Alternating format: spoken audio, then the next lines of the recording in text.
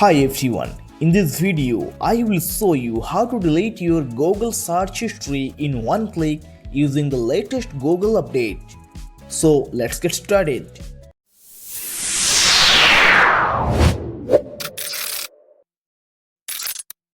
First of all, open the Google app or tap on the Google icon in the Google search bar on your phone.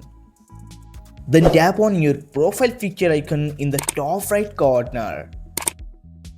After that, tap on Settings. Now tap on Privacy and Safety. Then tap on Search History.